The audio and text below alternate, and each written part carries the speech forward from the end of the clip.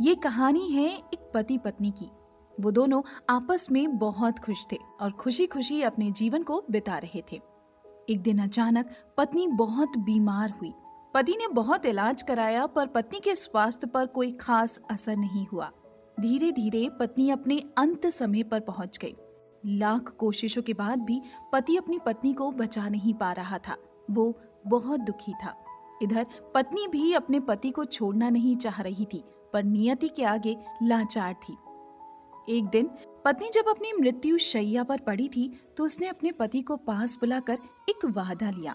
वादा कि उसके जाने के बाद भी उसका पति इतना ही उससे प्यार करेगा, उसके साथ वफादार रहेगा, कभी भी दूसरी शादी नहीं करेगा। और अगर पति ने कभी भी ये वादा तोड़ा तो वो उसे भूत बनकर डराएगी। पत्नी के ये आखिरी शब्द पति के जहन में घर कर गए।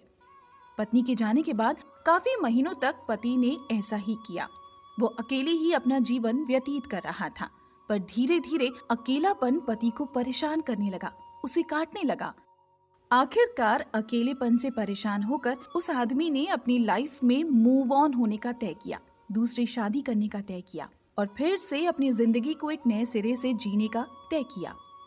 जिस दिन पति ने यह फैसला लिया उसी रात उस आदमी को अपनी पत्नी का साया नजर आया।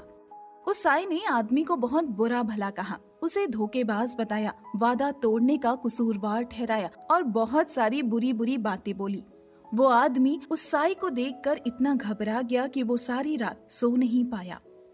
अगले दिन वो गांव के एक महात्मा के पास पहुंचा और बीती रात हुई सारी घटना महात्मा को बताई।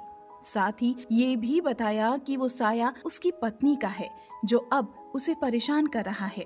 वो साया हर वक्त उसके साथ रहता है, वो कब कहाँ क्या कर रहा है ये सब कुछ जानता है।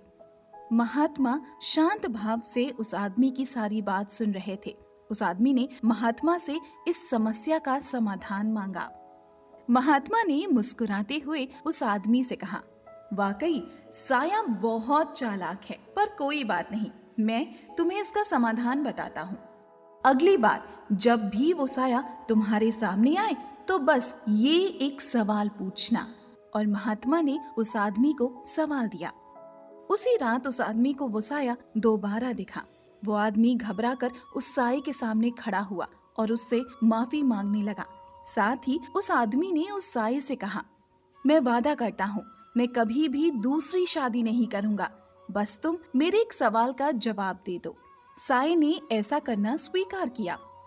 आदमी ने झट से पास पड़ी एक गेहूं की बोरी से एक मुट्ठी गेहूं निकाला और मुट्ठी को साये के सामने कर दिया और बोला, मैं जीवन भर अकेला रहूंगा अगर तुम मुझे इतना बता दो कि मेरी मुट्ठी में गेहूं के कितने दाने हैं।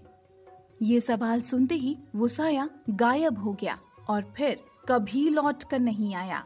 तब उस आदमी को उस साये की असल सच्चाई समझ आई। क्या आप समझ पाए इस सवाल का जादू और उस साये का सच?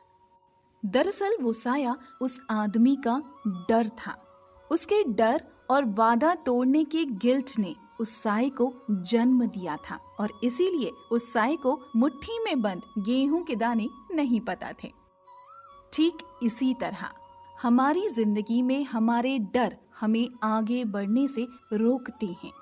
फेलियर का डर हमें ईमानदारी से कोशिश करने से रोकता है। नुकसान का डर रिस्क लेने से रोकता है। मजाक का डर किसी भी नई चीज को ट्राई करने से रोकता है। लोगों का, समाज का डर अपनी बात को खुलकर रखने से, बोलने से रोकता है। पर जिस दिन हम अपने डर का सामना करते हैं, इसे हराते हैं, हमारी हर प्रॉब्लम का सलूशन हमें मिल जाता है। तो अगली बार जब कभी भी आपका डर आपको डराए, हमारी ये कहानी जरूर याद करिएगा।